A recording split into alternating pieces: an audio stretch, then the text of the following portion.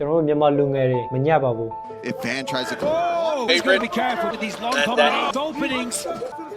This is My it. goodness, that'll do it. Joshua Van, a winner again, and the fearless Joshua,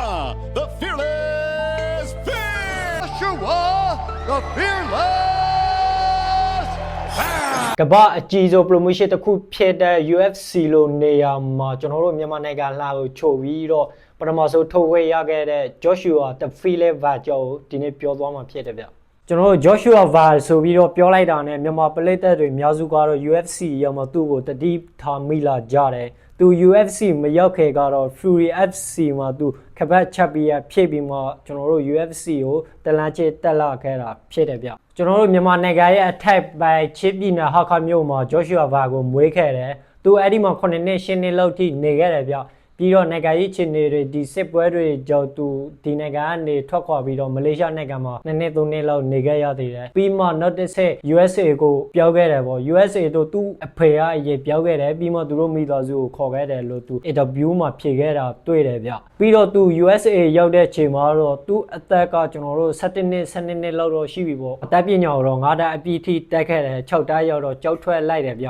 သူ MMA ကိုစိတ်ဝင်စားတာကတော့2019 2018လို့ပြောရမယ်သူလမ်းပေါ်မှာရပ်ဖြဲတာကိုတကယ်ကြီးတွေတွေ့တော့ဟဲ့အောင်မင်းမ MMA တက်လက်ရှိတယ်လို့သူ့ကိုပြောခဲ့တာသူကြားခဲ့တယ်ဗျအဲ့ချေတော့ Conor McGregor တို့ထိုးတော့သူကြည့်ပြီးတော့တော်တော်လေးစိတ်အားထက်တက်လာတယ်အေးရောက်တော့သူ့အမေခေါ်ပြီးတော့ပြောတယ်သူ MMA လုပ်မယ်ပေါ့ဂျစ်သွားမယ်ဒီ training ဆင်းမယ်လို့သူ့အမေကလက်မခတ်ခဲ့ဘူးဒီလိုနဲ့သူ့အတော်ကိုပါပြောပြီးတော့သူ့အမေကူပြောခိုက်သေးတယ်ဗျအဲ့လိုနဲ့သူဂျစ်သွားတယ်ဂျစ်ရောက်တော့ပထမတစ်လဂျစ်မှာ training လုပ်ပြီးတော့ပေးဖို့ပိုက်ဆံမရှိတော့သူ့အမေစီပဲဖိုးဆက်ခဲ့တယ်ဗျသူ့အမေကတနေ့စာပေးလိုက်ရတယ် MMA Pro Player Live ကို2021အောက်တိုဘာလမှာစခဲ့တယ်အဲ့ဒီလစပြီးတော့တစ်လကိုတစ်ပွဲနှစ်ပွဲလောက်ထိဆက်တိုက်သူပွဲတွေထိုးခဲ့တယ်ဗျအဲ့လိုနဲ့2022ရောက်တော့လဲ5ပွဲဆက်တိုက်သူပွဲတွေထိုးခဲ့တယ်ဒါပေမဲ့ဒီ UFC ဘက်ကဘာတဒေးစာနာမမလာတော့အဲ့ဒီဟာသူမစောက်နိုင်တော့ပဲဒီ Fury FC မှာပဲ Flyweight ကပတ်ချပ်ပြီးစစ်ကိုပွဲသူထိုးဖို့စာသားရှိခဲ့တယ်အဲ့ဒီနေ့ဒီဇင်ဘာလမှာပဲ Flyweight ကပတ်ချပ်ပြီးသူရယူခဲ့တယ်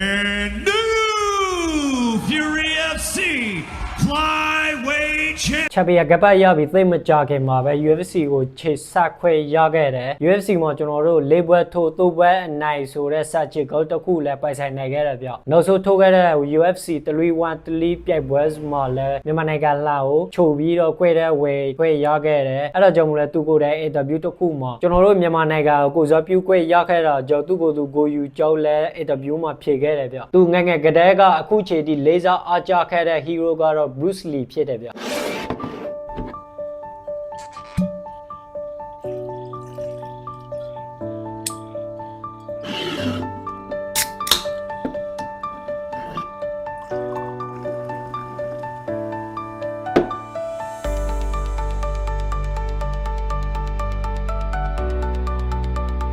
ခုနအကြောင်းကိုဆက်ရရတော့ UFC လို့ကမ္ဘာကြားပေးရမ်းပေးဆိုတဲ့ fighter တွေစုနေတဲ့နေရာတစ်ခုမှာကျွန်တော်တို့မြန်မာနိုင်ငံကိုစားပြုနိုင်ခဲ့တဲ့ Joshua Van ကိုတော့တကယ်လေးစားအားကျဖို့ကောင်းတယ်အခုသူအသက်ကတော့23နှစ်ပဲရှိသေးတယ်ဗျတော်တော်လေးငယ်သေးတယ်လို့ပြောရမယ်အဲဒါကြောင့်ကျွန်တော်တို့မြန်မာနိုင်ငံလူငယ်တွေကပြည်ပနိုင်ငံမှာကိုစွာစားရှိသလောက်ထုတ်ပြဖို့လိုပါတယ်ဒီဗီဒီယိုရဲ့အဓိကရည်ရွယ်ချက်ကတော့အခုကျွန်တော်တို့မြန်မာလူငယ်တွေပြည်ပကိုရောက်နေကြတာများတယ်ဘယ်နေရာဘယ်ဒေသကိုပဲရောက်ကိုယူတော်တဲ့အရာတစ်ခုကိုအာရုံစိုက်ပြီးတော့ focus ထားပြီးတော့တေးသေးချာချာသွားရပါမစို့ဖြစ်သွားနိုင်ကြောင်းကို Joshua Van ကြည့်ပြီးတော့အတူယူဖို့ကောင်းတယ်ကျွန်တော်တို့မြန်မာလူငယ်တွေမညံ့ပါဘူး